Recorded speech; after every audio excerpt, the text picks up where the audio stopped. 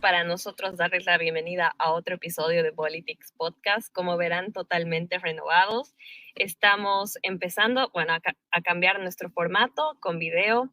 Quizás para la gente que no nos conocía, esto va a ser un poquito más interesante porque van a conocer quizás más de cerca a Rey, a mí, nuestras personalidades. Y bueno, esperemos que siga entrando a ustedes más de nuestras opiniones, de nuestro conocimiento, que se les vayan quedando cositas que vayamos diciendo a lo largo de estos nuevos episodios que vamos a tener ya con esta transmisión.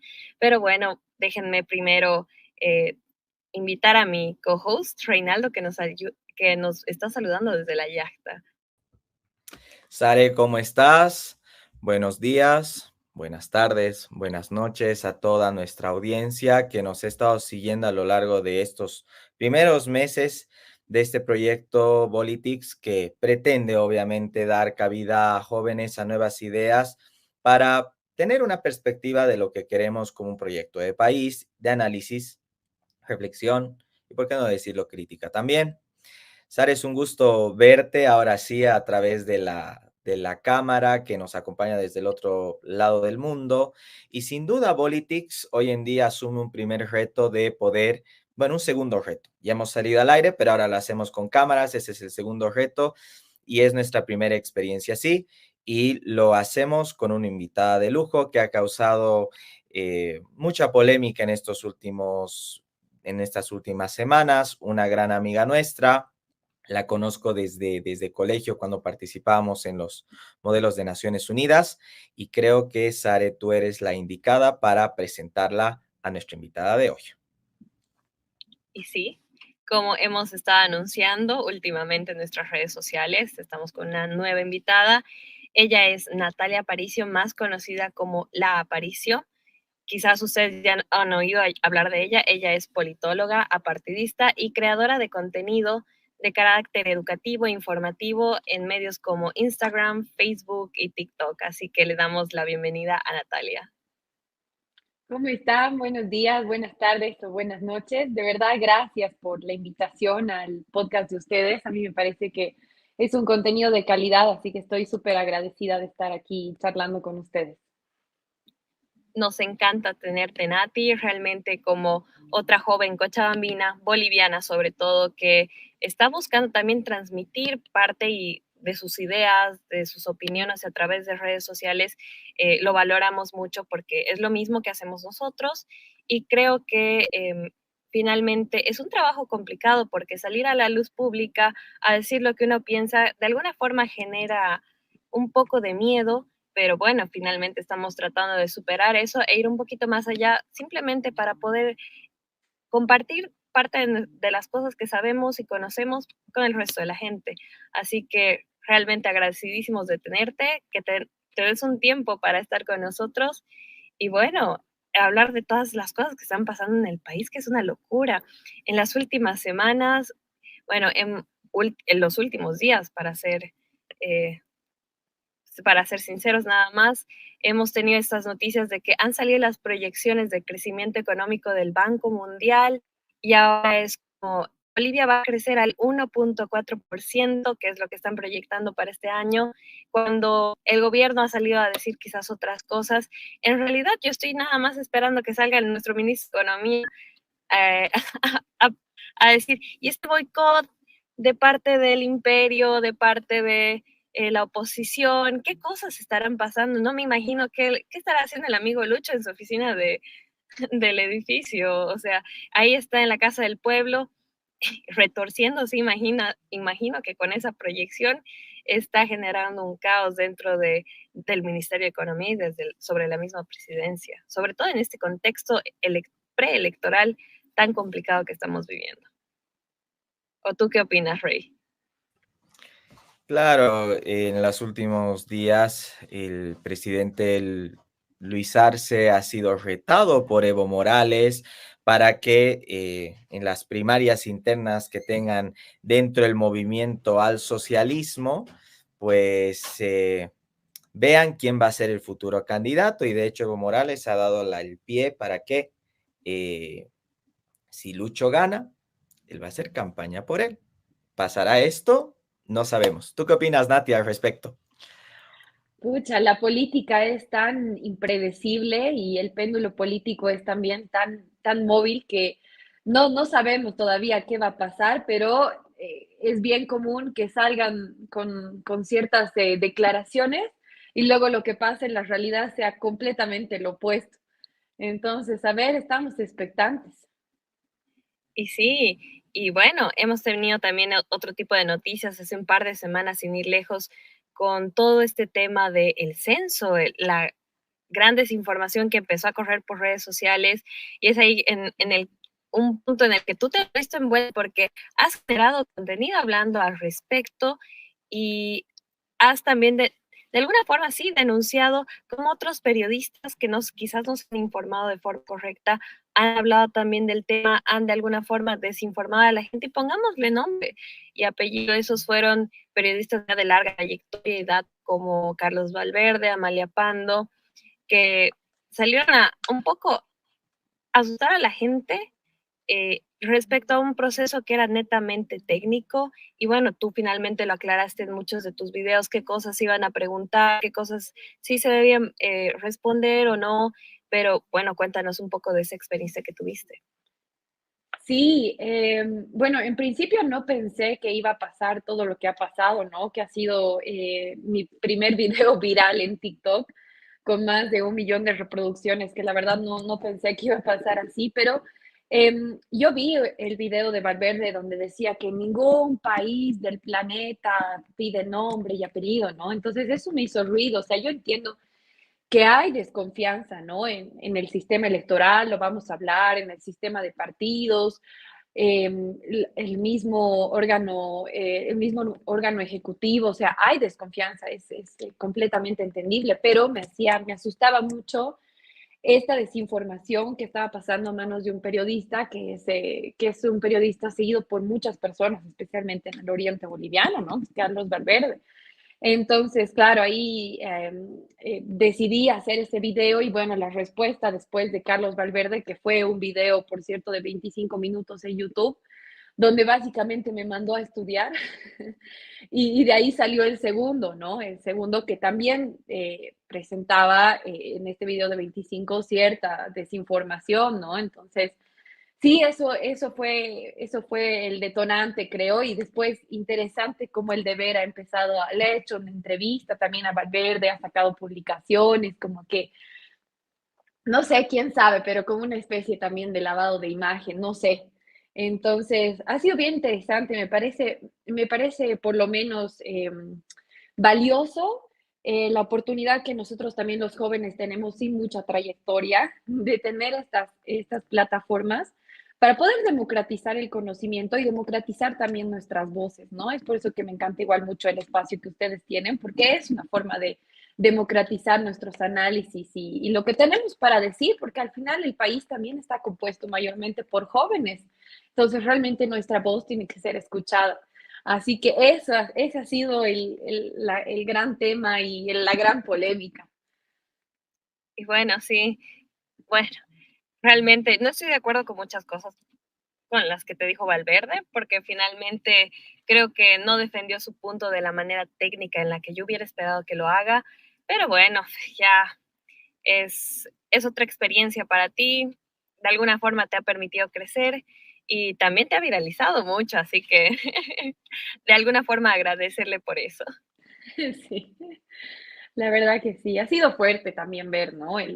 Los comentarios sobre el cuerpo, también siento que ha sido un tema para desviar la atención hacia otros lugares, pero bueno, sí, de verdad como aprendizaje y también agradecimiento por que es una buena visibilidad también. Y sí. Pero, Ray, cuéntanos de qué va nuestro episodio hoy. Bueno, primero te hizo saltar a la fama, Nati.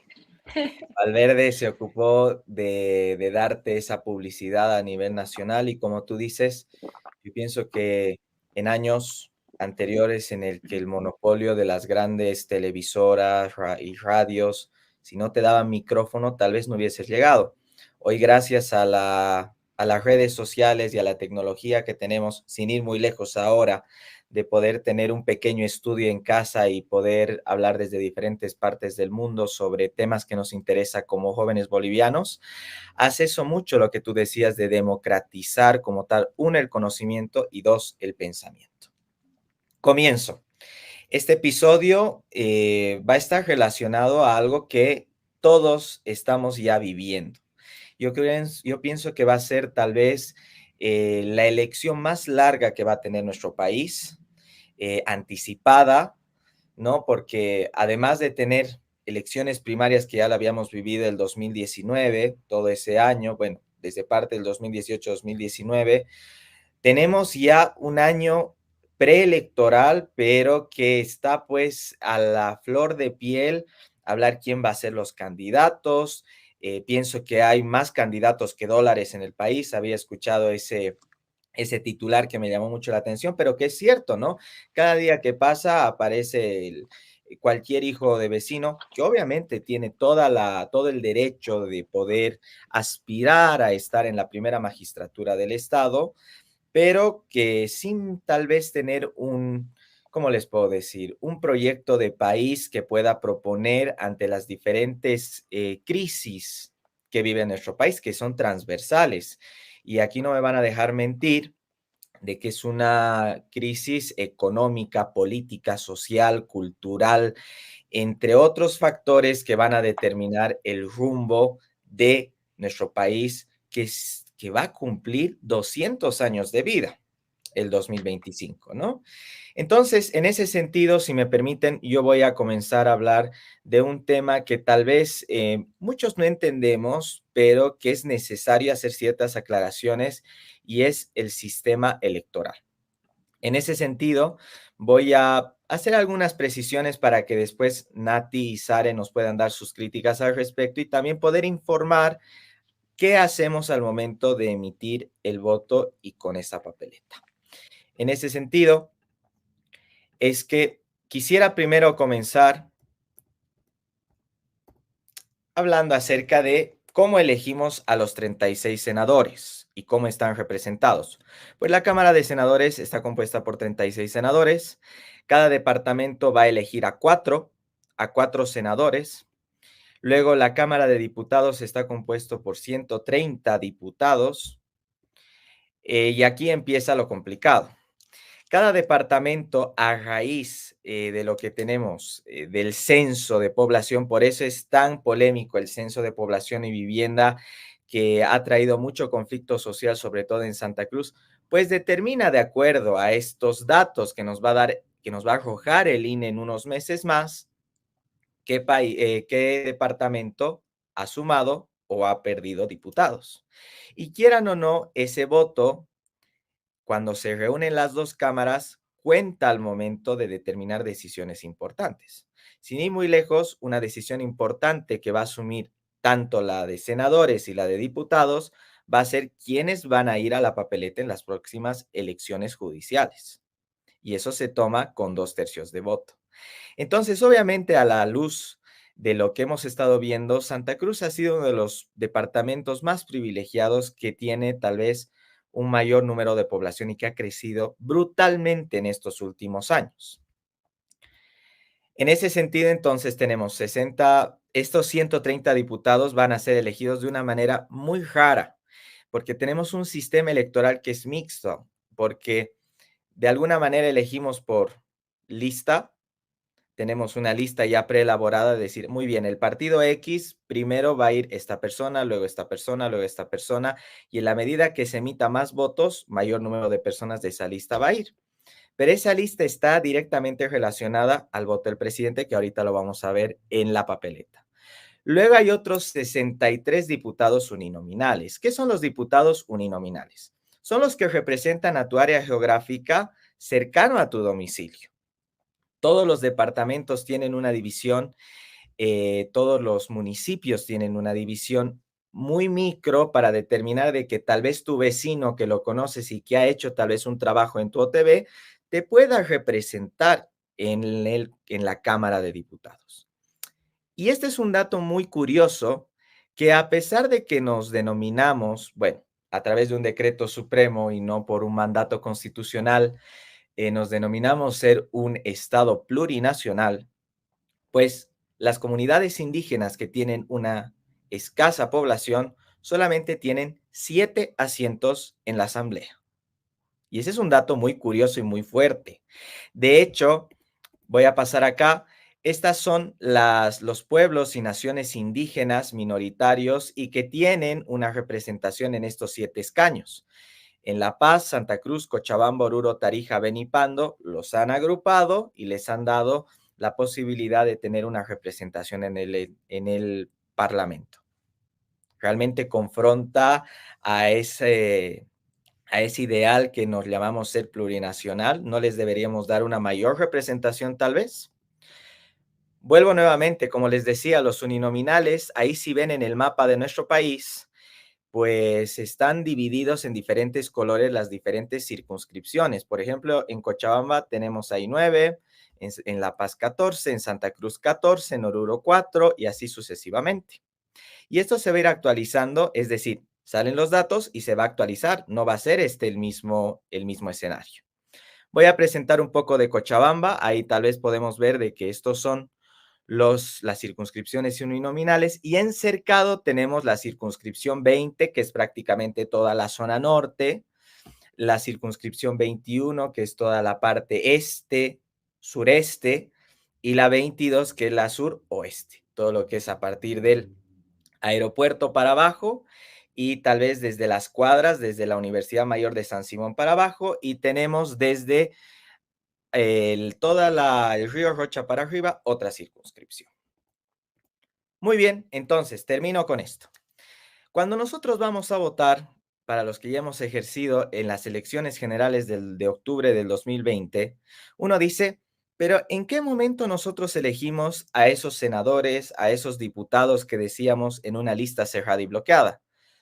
Pues lamentablemente la esfera que nosotros tenemos como ciudadanos es limitada. Porque si ustedes se fijan, el simple hecho de marcar una X en el voto para el presidente, y lo subraya ahí con rojo, elegimos al presidente, al vicepresidente, a los senadores y a los diputados plurinominales, o sea, los que están en una lista cerrada y bloqueada que nunca nos enteramos. El Tribunal Supremo Electoral nunca hace esa debida propaganda política para saber quiénes están yendo. Entonces, deberíamos tener una mayor esfera para poder tener una casilla diferenciada, por lo menos para votar por los diputados plurinominales o los senadores. Los únicos que van a tener una división, digamos, y un voto diferenciado o preferencial van a ser los uninominales, porque claro, dependiendo tu barrio, vas a tener a un representante que tal vez a través de la foto va a decir, ah, mira el fulanito de tal o la fulanita de tal se está postulando y realmente ha hecho un buen trabajo en la OTB o en estos distritos. Entonces, la crítica va por ahí. Si bien nuestro sistema electoral es muy complejo, es mixto, es muy parecido al que se maneja en Alemania, que de ahí lo hemos adoptado, porque en la década de los 90 nuestro sistema electoral estaba en crisis, en el sentido de que el sistema de partidos era muy debilitado, como lo está ahora, pero, eh, ahora ocurre algo similar, a excepción que cuando el MAS tuvo más del 50% y ya el sistema rebasó a la realidad en la que estaba viviendo el 90, pero que lo volvemos a retrotraer a una democracia pactada que vivimos hoy en día. Con este paneo del sistema electoral y que creo que se ha entendido, Voy a dar la palabra pues a Natalia para que nos hable tal vez un poco de su perspectiva, de su crítica sobre lo que está pasando en el país. Wow, muchas gracias, de verdad, Rey, por todo lo que nos has comentado. O sea, la parte técnica creo que es importante y esencial para iniciar con el análisis, ¿no? Y bueno, lo que tú dices es cierto, de verdad tenemos esta falta de representación política, no solamente en la estructura electoral, que es justamente este aspecto técnico que tú mencionas, pero también la representación política se vive, la falta de representación política se vive también en las calles, como una sensación del ciudadano de todos los días de no sentirse representado y que cuando va a votar, a ejercer su derecho democrático, no siente, al menos eso me pasa a mí, no siente uno que realmente está votando porque cree en esa propuesta o porque cree en el proyecto que tiene X partido o X coalición de partidos, podríamos decir, sino que de verdad pareciera que estamos así como que huérfanos, ¿no? De representación política. Y también porque tenemos esta herencia que es latinoamericana y que, bueno, también se ve en otros países industrializados, no industrializados, con este tema del caudillismo, ¿no? Como a nosotros nos interpela muchísimo cuando vemos un líder político que puede dar la solución a todos nuestros problemas, ¿no? Pero después, creo que un tema importante es la estructura del sistema electoral y que es interesante cómo ya Comunidad Ciudadana el 2020 ya había hablado de la posibilidad de la modificación en la estructura electoral, en el sentido de que pueda atomizarse la posibilidad de representación política sin necesidad de poder, digamos, como candidato, sin necesidad de tener un partido político específico para poder presentarse. Y eso me ha parecido una propuesta súper interesante que, bueno, no se ha podido dar pie después, pero definitivamente, por ejemplo, a mí me gustaría que si yo tengo alguien en quien confiaría mi voto, y que sí o sí tiene que ligarse a un partido político que tenga la posibilidad de poder presentarse a las elecciones sin tener que ligarse a un partido político, porque ese también es un problema que tenemos con la democracia, ¿no? Porque en la democracia existe toda esta parte previa a los comicios electorales, que se trata de conseguir dinero para la propaganda, para la publicidad, para el marketing político. Y usualmente el dinero, estos recursos económicos, eh, se trabajan en conjunto con intereses que pueden ser privados, intereses que pueden ser de transnacionales, bueno, esos son privados, intereses personales, intereses de sindicatos.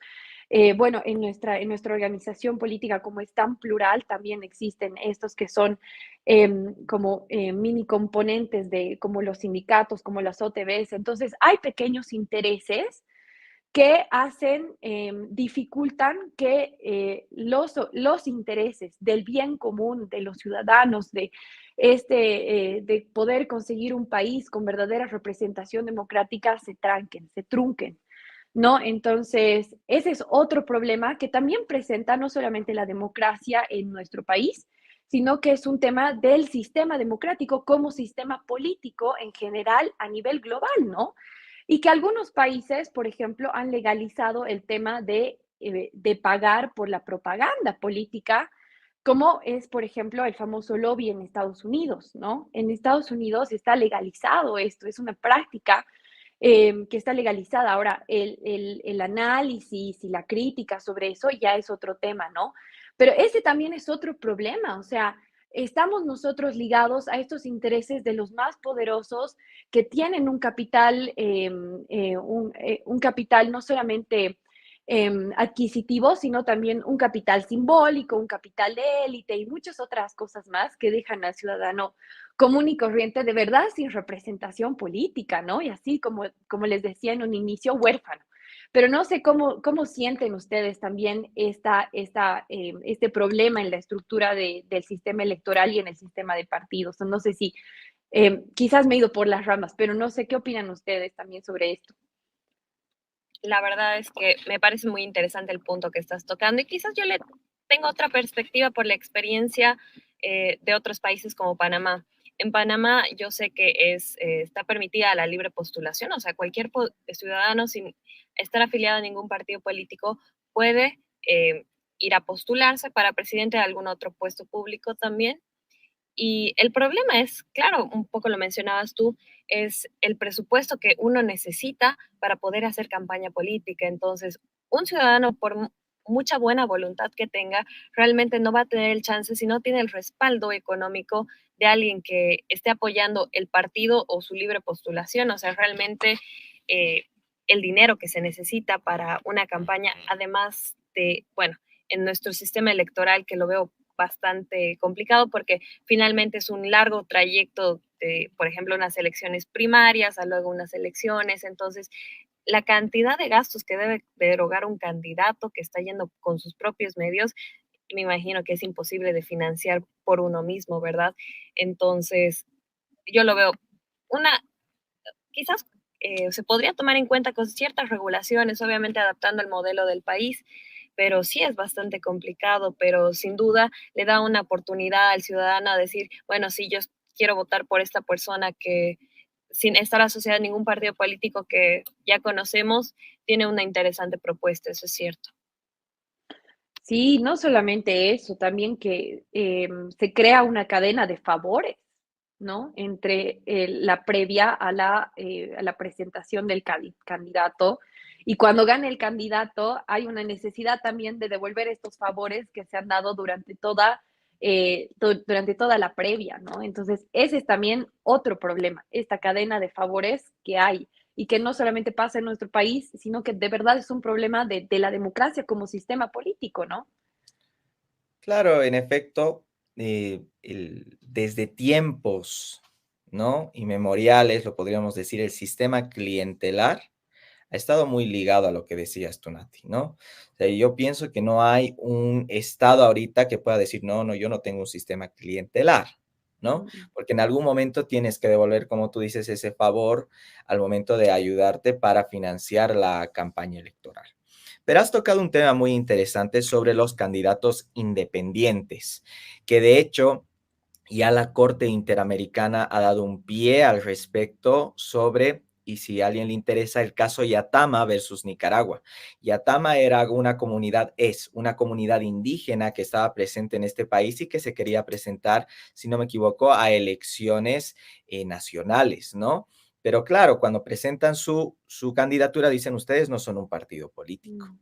Entonces acudieron ante la corte, obviamente la sentencia vino mucho tiempo después y estimó de que el hecho de que solamente se podrían presentar candidaturas mediante partidos políticos o agrupaciones políticas violaba de alguna manera el derecho pasivo a ser elegido, ¿no? El derecho pasivo político a ser elegido.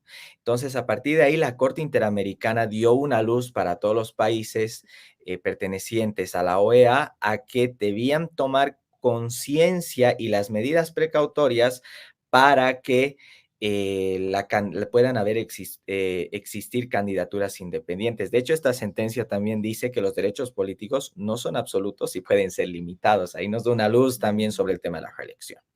Pero en todo caso, el financiamiento también es un tema latente en nuestro país. Yo tengo entendido que por la ley electoral y según los últimos resultados, el Estado va a dar un cierto financiamiento para que puedan poner propaganda política, sobre todo en cuñas radiales y también en spots publicitarios que son muy caros por segundo que pasa en los canales de televisión. Y me imagino que ahora también ha diversificado un poco con la publicidad en redes sociales, porque yo pienso que es el lugar más masivo en el que puede llegar. Nati no nos va a dejar mentir con lo que le ha pasado con el caso Valverde. Pero en todo caso eso es así. Yo pienso que el lobby, como se maneja en Estados Unidos, igual no te deja de que tengas todavía ese sistema clientelar, ¿no? Entonces, es un tema que son retos que todavía debería asumir el Tribunal Supremo Electoral y tal vez darle un giro a nuestro sistema electoral. Veremos también si no ocurre un gerrymandering. No sé si saben ese término que ocurre en un sistema electoral, sobre todo en el que tenemos. ¿Alguno de No, ustedes no, sabe? la verdad que no. No. El gerrymandering, lo que hacían al momento de distribuir, como veíamos en ese mapa, los escaños, en Estados Unidos ocurrió un tiempo de que el colegio electoral trataba de unificar regiones que denotaban que tenían una misma ideología política y para que les favorezca a un X candidato. Ujú. Entonces, también en algún momento dijeron de que el voto rural lo habían agrupado de alguna manera en nuestro país para darle un apoyo a Morales. No sé si esto será verdad, habría que hacer un análisis al respecto, pero veremos la nueva reconfiguración también que nos va a lanzar el INE y el Tribunal Supremo para ver si esto responde a esta idea del gerrymandering o no. ¿Qué opinas, Nati? Bueno, hay que esperar, la verdad, este tema que también está ligado al censo, ¿no? Todos los resultados que tengamos en el censo, que los obtengamos, va a tener también su repercusión en esto que tú dices. Y me parece súper interesante lo que mencionabas de estas candidaturas independientes y que ya está empezando a tener más impacto en organizaciones internacionales, ¿no? Porque por lo menos podemos tener, los estados pueden tener al menos esa presión, ¿no? Y sería magnífico que en algún momento podamos tratarlo dentro de la Asamblea Legislativa Plurinacional. Como también, no sé si habían visto, Carlos Mesa, también con Comunidad Ciudadana, está apoyando para que se pueda tratar en la Asamblea Legislativa el tema de las elecciones primarias, que no sean intrapartidistas y que sean ya, bueno, para toda la población también, y que también sería súper interesante. Parece que ya están empezando a tener este tipo de conversaciones. Y bueno, de todas maneras, los sistemas políticos dentro de los países son realmente procesos muy largos que se siguen y que también responden a ciclos históricos anteriores, ¿no? Entonces, sería interesante ver cómo se está configurando también nuestra propia, digamos, madurez social, madurez electoral dentro de nuestro país. Para poder llegar a este otro tipo de espacios, este tipo de reconfiguraciones en la estructura, para poder hacer de nuestros países, para poder crear al menos sistemas muchísimo más democráticos, ¿no? Ahora, por otro lado, mencionabas, digamos, las redes sociales y me parece que ahora puede haber este cambio de hegemonía en la comunicación política. Al momento también de los candidatos de postularse, ¿no? Porque tenemos esta posibilidad de los algoritmos que nos ayudan a llegar a muchísimos más lugares, tal vez sin tanto presupuesto como había sido anteriormente, ¿no? Ahora, hay otro tema que no solamente se trata del sistema de partidos, o sea, y de las estructuras, de todas estas cosas que estamos hablando, sino también de un tema bien boliviano, bien específico, que es el tema de partido de clase, que justo he escrito una pequeña columna. Si lo quieren buscar, está en internet como otro déjà vu. Y ahí hablo sobre el partido de clase versus el partido político, ¿no? El partido de clase usualmente representa solamente a una clase. En cambio, el partido político, es muy redundante lo que estoy diciendo, pero vale la pena explicarlo de nuevo. El partido político representa una idea de país, una idea de nación. Entonces, creo que lo que pasa también en Bolivia y el problema con la representación democrática es que al menos hace 15 años, el único partido político que ha presentado, digamos, un proyecto de país, nos guste o no nos guste, con sus bemoles y etcétera, ha sido el movimiento al socialismo, ¿no? Y por otro lado, de verdad que otros partidos políticos que puedan hacerle frente o que puedan ser, digamos, de la misma línea del movimiento al socialismo, digamos, o de la misma línea del izquierdismo, tampoco han podido presentar un proyecto de país. Y eso es algo así bien preocupante también en el sentido de que en qué queda también la oposición y en qué queda todos esos ciudadanos que no se sienten representados por el MAS, ¿no? Entonces, ese es otro tema que, por ejemplo, ya se hablaba mucho de el partido de clase en los 60. En realidad ha sido Marcelo Quiroga Santa Cruz el que ha empezado a hablar sobre este tema justamente después de la revolución del 52 con el MNR, ¿no? Que decía el MNR ha empezado proyectándose esta idea de país, esta idea de nación, pero con los años ha ido solamente representando a la clase a la que responde, ¿no? Entonces, está siendo un reto para la oposición, no, y no la está logrando poder encontrarse más allá de la clase media citadina que es antimacista, ¿no? ¿Y qué hay además de esa propuesta política antimás? ¿Qué hay además del antimacismo? ¿No? Y también sería interesante pensar cómo en otros países sí hay una idea de nación, sí hay una, digamos, una proyección de país. Y eso es algo que nos ha costado un montón en Bolivia, ¿no? Es como que nos cuesta mucho entender la bolivianidad, no sabemos dónde encontrarnos, hay puntos en común, la guerra del Chaco ha sido un punto en común, otro punto súper específico ha sido la reivindicación marítima, es así donde nos encontramos los bolivianos, ¿no? Pero ¿dónde más? Y ese yo creo que es igual uno de los principales problemas de nuestro sistema democrático, de nuestro sistema electoral, porque no nos estamos sabiendo encontrar. Porque bueno, Bolivia de verdad es un país plurinacional, ¿no? Además de que, bueno, toda la pantomima que le mete, digamos, el gobierno y que no respeta, porque las autonomías indígenas no son respetadas tampoco, no son apoyadas, etcétera. Pero de verdad es un país plurinacional, ¿no? Entonces ahí nos dificulta encontrarnos dónde estamos, qué somos y como clase media, ¿qué son? ¿Qué es la clase media además del antimacismo? ¿Qué buscamos? Y son tantas preguntas que las vamos a tener que responder con los años, con el tiempo, con los procesos sociales, con los procesos democráticos, con las crisis políticas. Yo pensé honestamente que el 2019, con todo lo que ha pasado, la renuncia de Evo Morales, se iba a poder construir una narrativa, un mejor relato de la oposición por sobre este atropello de la democracia que ha pasado el 2020 con las elecciones. Entonces, pensé que tal vez quizás ahí hubiera sido un momento interesante para poder construir o para poder sentar una base, pero en estos últimos 4 años, digamos del 2020 al 2024, se ha disipado eso, se ha ido y hay algunas propuestas, algunos intentos de proyecto de nación, por ejemplo, el bloque liberal está intentando construir una nación, achicar el Estado, están intentando, pero tampoco, ¿no? Es como son pasos muy, muy pequeños, muy lentos. Entonces, eso podría decir.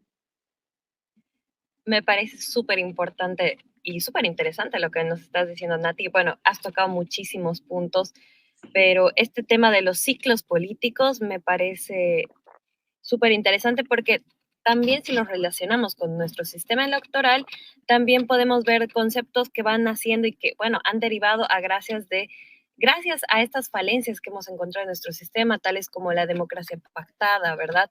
Que hoy en día la democracia pactada no es más que un sinónimo de prebenda, clientelismo, corrupción, pero en el momento en el que empezó a surgir, en realidad tenía la idea de poder agrupar y de alguna forma eh, sí, dar más voz a estos partidos que estaban buscando de alguna forma y formaban parte de la oposición del país, poder surgir y llevar leyes que más allá de lo que pensaba el oficialismo pueda balancear un poco esa situación, ¿verdad? Estamos hablando de una Bolivia, si no me equivoco, a ver, claro, en el 85 después del el periodo de hiperinflación es que entraron estos gobiernos neoliberales y claro, en este caso el punto de inflexión que tú mencionabas, en este caso fue la hiperinflación, entonces eh, igual la forma en cómo se han ido fracturando los partidos y ninguno de los partidos ha llegado a tener siquiera una mayoría relativa ha sido un desastre y nos ha llevado a estos temas y tener conceptos como los que tenemos ahora como democracia pactada, ¿verdad? Pensando en una Bolivia donde un partido no llegaba ni siquiera al 20 o 30% en concentración de voto ciudadano, eso realmente era un desastre hasta que llegó el MAS el 2005 y ganó históricamente con una mayoría absoluta, ¿verdad? Entonces, creo que Bolivia en este momento se encuentra otra vez en estos puntos de inflexión donde se puede dar un cambio radical. Ujú.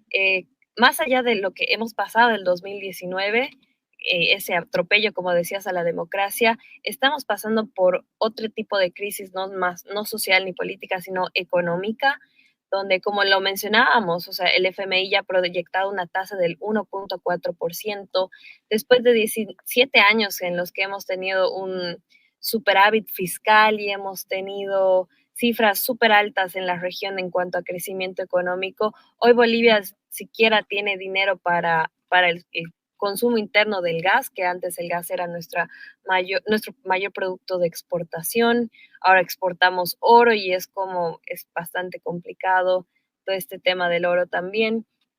Entonces, la reconfiguración política se hace necesaria cuando tiene uno de este tipo de contextos sociales, económicos y políticos en el que creo que estamos ahora. Entonces, yo creo que Bolivia o cambia ahora el tipo también de sistema que tiene, más allá de sí, el poder cambiar de partido político en el poder, ¿verdad?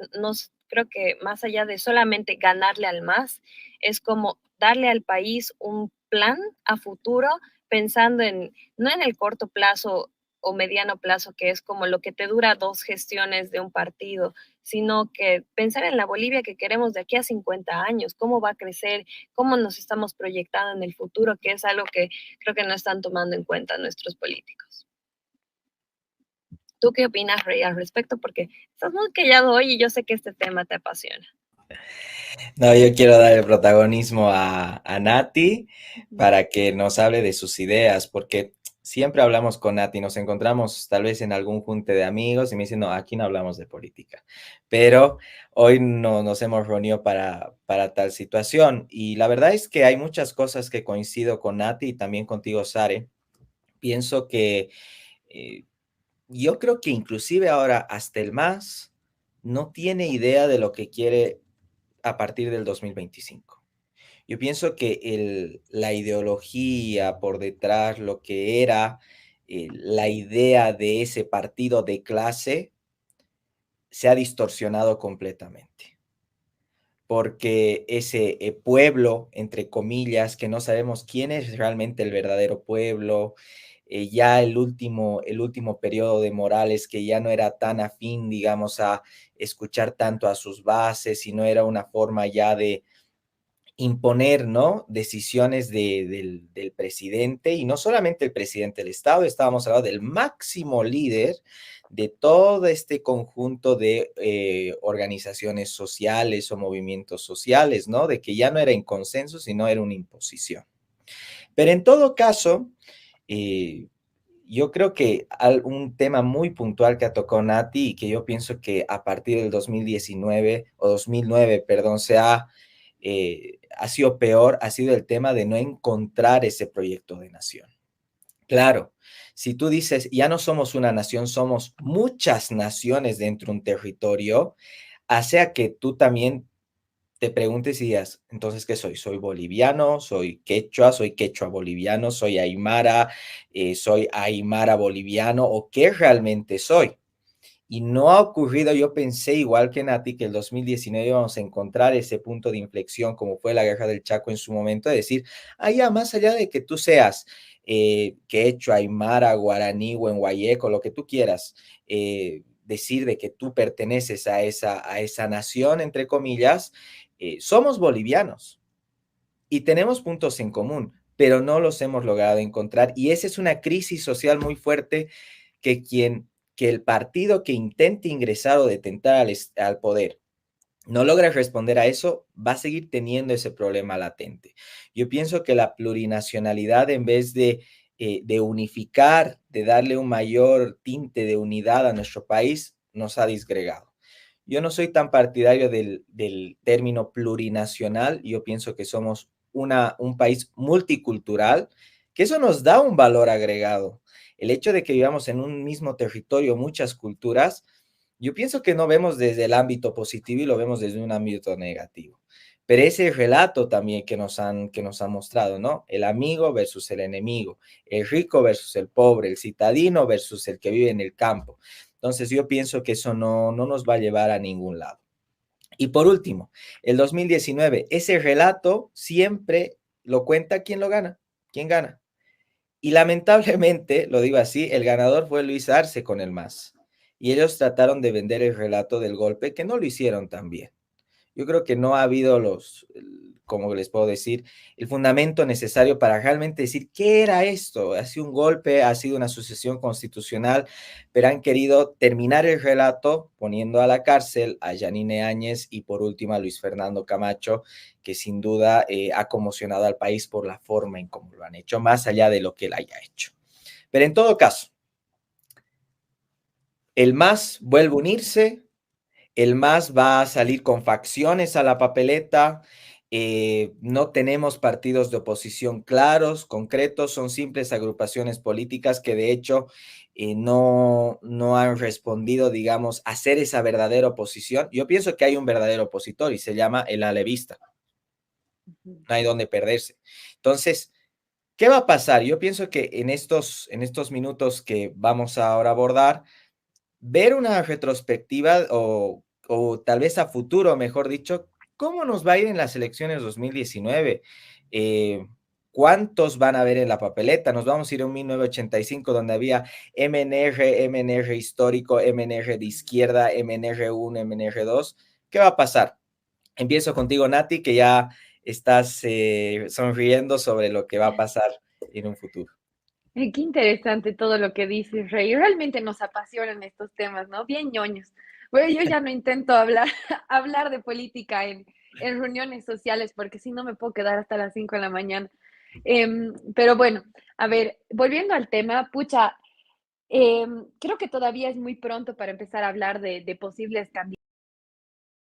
Sería muy, muy interesante ver cómo el MAS pueda presentarse o sea, pueda presentar dos candidatos, pueda dividirse, la verdad.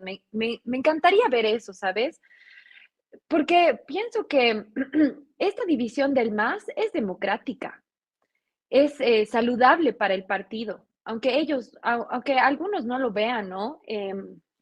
Porque lo que tú mencionabas al principio de tu réplica, decías que de verdad hay un sistema interno del partido bien autoritario, donde el MAS está a la cabeza y está el Evo, perdón, está en la cabeza y la posibilidad de la rebelión ha sido tan complicada y miren en lo que ha terminado, ¿no? Con Luis Arce, que si tú vas a ver, por ejemplo, he ido a Viriatunari hace una semana a distraerme allá, pero si tú ves el camino, todas las fotos de Lucho Arce está pues ahí escrito traidor, ¿no? Entonces, esa es como la respuesta que ha tenido su propio partido ante la rebelión al líder, que era el líder indiscutible del MAS, ¿no? A mí me gusta ver cómo dentro del MAS están empezando a discutirle al Evo, porque de verdad la forma y la lógica de poder en la que este señor se maneja es completamente autoritaria, entonces es democrático, es saludable también dentro del partido, ¿no? Y hace unas semanas había tenido una conversación con el dirigente de la CSUD-CB, que es del alevista, y estaba también otro senador que era del ala arcista, ¿no? Y entre ellos así se peleaban, se decían cosas, ¿no? Pero este dirigente de la CSUD-CB decía, vamos a salir con guaracas para defender a nuestro hermano Evo Morales y no sé qué, ¿no? Como si se tratara de un dios bien mesiánico todo, ¿no? Y claro, yo le decía a este dirigente, le decía, pero es que el MAS son ustedes también. Y la voz de ustedes también cuenta. No es solamente este grupo de élite dentro del MAS, ¿no? O sea, como que falta también a las bases empoderarse las bases mismas y decir, nosotros somos el voto duro, nosotros somos quienes le damos vida al MAS, quienes le damos vida a Evo Morales. Entonces, me encantaría ver también cómo dentro del MAS las bases se empoderan y reconocen su poder. El poder de las bases es el poder verdadero, pues. Si nosotros, lo que ha pasado, todas las crisis sociales, todo lo que ha pasado es gracias a las bases, gracias al ciudadano organizado. Entonces, eso me parece, por un lado, interesante de esta oposición evista que mencionas, que es la oposición más fuerte, más feroz. Y después, en la oposición tradicional, ¿qué harán, no? Yo creo que depende muchísimo de las elecciones primarias, a ver cómo se van a configurar estas elecciones primarias y a ver la capacidad de los que quieren ser siempre presidentes, ¿no? Que son ya los viejos conocidos. Está el Tuto, el Samuel, el Manfred, que pertenecen a una escuela política que ya es pues anterior, ¿no? Ya pienso que sería interesante ver nuevos liderazgos, em, nuevos, ¿cómo se dice? Nuevos candidatos que también refresquen las boletas electorales. Necesitamos refrescarlas. El año pasado ha habido un cierto refrescamiento con Luis Fernando Camacho, ¿no? Que era un poco más joven, que salía de otro contexto, que bueno, al final tiene otro, no quiero entrar en una crítica a Luis Fernando Camacho, pero tiene pues otro tipo de perspectiva mucho más regionalista, etcétera, ¿no? Que tampoco ha podido calar mucho más de Santa Cruz, ¿no? Entonces, yo estoy súper expectante. Para mayo va a haber el Congreso del MAS y creo que también la oposición tradicional está esperando este Congreso para ver cómo más o menos van a hacer la movida, porque creo que a la oposición tradicional, si es que el MAS se va a dividir realmente y van a presentar dos candidatos diferentes, a la oposición o bueno, a estos candidatos que decía tradicionales, no les convendría unirse, ¿no? Les convendría también ir por su cuenta y poder hacer una boleta electoral mucho más atomizada. Pero si es que se une el MAS, ahí ellos también van a tener que buscar un líder que por ahora me parece que se está perfilando Manfred Reyes Villa y que ya se está hablando de él en Tarija, en Sucre, La Paz. No lo conoce muy bien porque el trabajo que él ha hecho ha sido departamental, municipal, y todavía no lo están conociendo, ¿no? Ahora también no voy a entrar a las críticas con el Manfred porque eso sería desviarnos, pero ahí también hay otra posibilidad de candidato. Se habla también del Andrónico dentro del MAS, que es más tirado al levismo, que también sería interesante ver juventud. Bueno, especialmente para nosotros, ¿no ve? Que somos los jóvenes del país y que también queremos vernos representados, no solamente en otros, o sea, de verdad de esparcirnos dentro de todos los partidos, ¿no? Aunque nos guste X o Z partido, a mí me gustaría ver rostros jóvenes, ¿no? Porque igual estamos aquí, nos falta tanto tiempo por delante que de verdad necesitamos pues estos espacios políticos para ir construyendo la Bolivia que necesitamos. Concuerdo mucho contigo, Nati.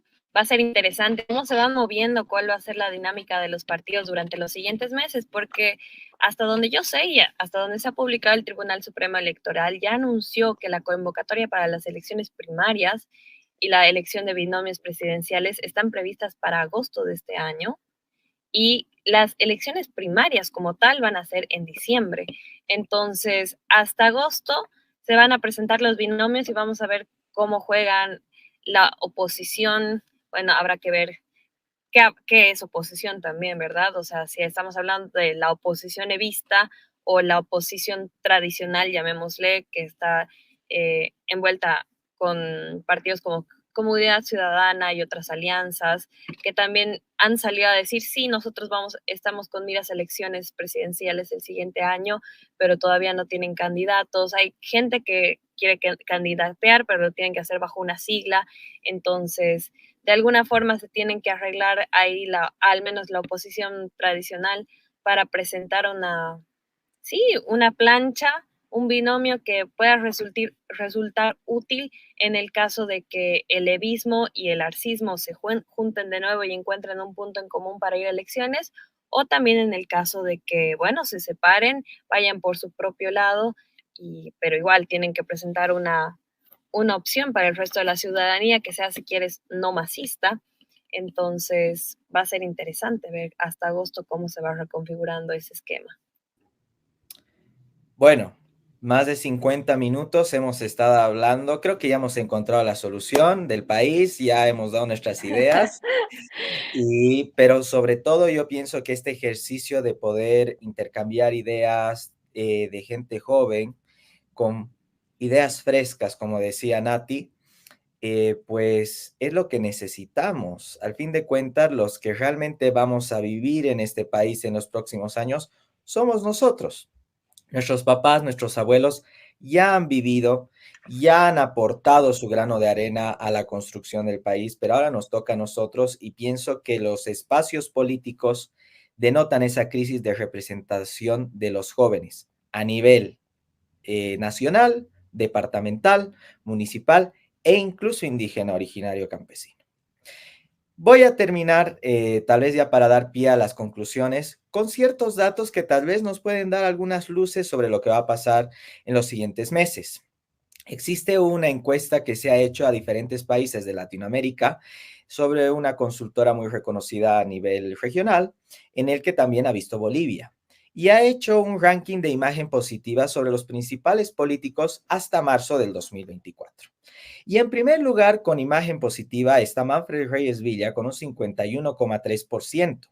Luego le sigue Luis Arce con un 49,9%, que aquí es muy raro porque la imagen negativa supera a la positiva, con un 51,6% de imagen negativa. Luego está Eva Copa con un 37,4%, Vicente Cuellar con un 35,5% y Andrónico Rodríguez con un 33,1%. Vemos que poco a poco los dinosaurios políticos se van disipando y de hecho me ha llegado como un dato curioso, me ha llegado por un chisme por ahí de que hay un dino político que ya no se va a presentar a las elecciones, no puedo dar el nombre, pero que de hecho están buscando a alguien que lo pueda suceder con esa sigla política.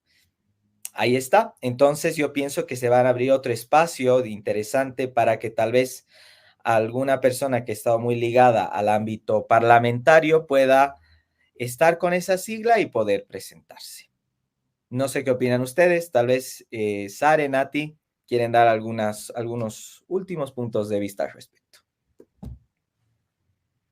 Y bueno, realmente va a ser interesante cómo se va moviendo la oposición tradicional y también el masismo. Vamos a ver si se dan alianzas, no se dan alianzas, pero sí, como lo decía Natalie, como también lo decías tú, me interesaría mucho ver caras nuevas. Creo que los viejos políticos ya han quedado bastante atrás porque estamos ingresando a un nuevo ciclo político, como lo mencionábamos anteriormente, a este punto de inflexión en el que se necesita un cambio radical. No podemos seguir esperando de los mismos gobiernos, de los mismos partidos y mismos políticos, las mismas cosas. Creo que la gente ya no puede tolerar más ese manejo de gobierno. Entonces, sí, yo la verdad, particularmente en mi punto personal, yo no creo que eh, este gobierno vaya a ir más allá de una gestión más. Yo creo que la situación, sobre todo en cuanto a la crisis económica que se está viviendo en el país, está empujando ya para que se generen nuevos planes y la verdad es que la oposición está respondiendo de la manera en la que uno querría o esperaría, pero quiero pensar que de aquí a agosto o nos pueden sorprender y si no nos sorprenden de aquí a agosto, la verdad es que yo veo otra elección, no quiero decir fallida, pero en el que la gente va a volver a enfrentar bueno, toca votar por el menos peor, o no sé. Nati, ¿tú cómo lo ves? Porque alguna vez ya lo habíamos hablado nosotros también, esto de el menos peor, quizás es adelantarnos, pero bueno, podría darse o no. Sí, que me duele un montón esto del menos peor, la verdad, para ir cerrando.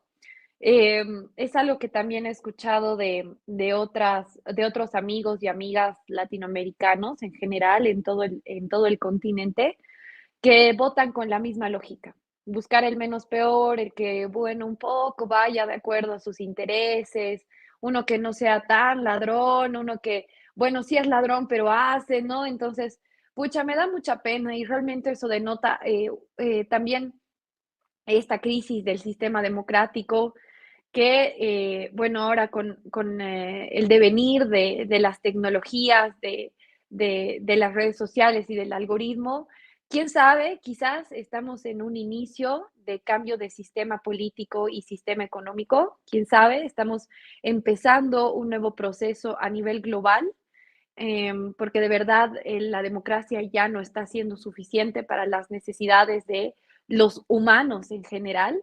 Entonces, creo que estoy así muy expectante para ver cómo sigue la historia, siguen los ciclos políticos, junto con los ciclos económicos, y a ver qué nos depara el futuro. Espero que podamos construir algo mejor que votar por el menos peor, pero ya lo veremos muy pronto. Y bueno, creo que lo más importante, si están escuchando este episodio, seguramente es porque les gusta la política, y creo que sí, empezar a interesarnos, el ciudadano promedio, empezar a inmiscuirse en la política, empezar a entrar a la OTB, a ver cómo se maneja la OTB, cómo es el juego político. Creo que también es importante, es interesante empezar a formarnos, eh, todos los ciudadanos en general, para poder ser una sociedad politizada, con capacidad de crítica a los candidatos, con capacidad de crítica al sistema, que creo que eso es lo más importante. Muy bien, creo que ya hemos concluido las diferentes perspectivas. Ha sido una hora intensa de hablar de diferentes cosas que tal vez no se hablan y que los medios tradicionales no lo comentan, o si no lo comentamos solamente en algunas reuniones sociales, pero son temas latentes que, como muchos de nosotros jóvenes y también nuestros papás, nuestros abuelos, se habla al respecto. Nati, agradecerte por tu tiempo, por tus ideas tan revolucionarias, por tu tan lindo carisma y sobre todo tu buena crítica como politóloga apartidista que nos ha iluminado el día de hoy en este episodio. Sari. Bueno, darte las gracias nuevamente, Nati, por darte el tiempo, por compartir con nosotros. Como le decía Rey, quizás esto a veces se queda muy entre la plática de amigos en las fiestas, una cosa así, pero no va más allá. Así que agradezco que salgas a la luz pública con tus opiniones junto a nosotros, que bueno, sabemos que no es fácil, como lo mencionábamos anteriormente, pero nada, realmente es como con ustedes siempre un placer conversar, hablar.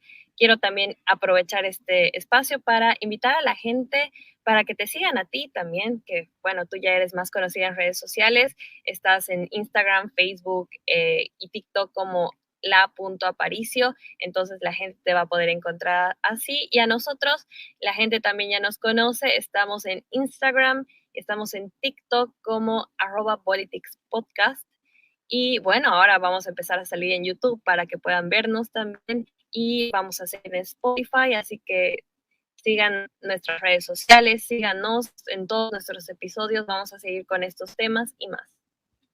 Nati, tal vez unas últimas palabras. Es todo tuyo el micrófono. No, gracias. De verdad, muchas gracias por el espacio. Es un honor para mí ser parte de este podcast brillante, de verdad, un contenido de calidad. Y ustedes, excelentes seres humanos que hemos podido charlar estos últimos días. De verdad, les agradezco y nada, pues ojalá les sirva a la gente lo que estamos hablando, que podamos aportar nuestro granito de arena. Eso. Muchas gracias, gente. Nos despedimos hasta el próximo episodio, que habrá mayores sorpresas, otros invitados y para seguir hablando de temas que nos debería importar como ciudadanos bolivianos. Hasta entonces. Eso fue todo, gente. Esto es Politics Podcast.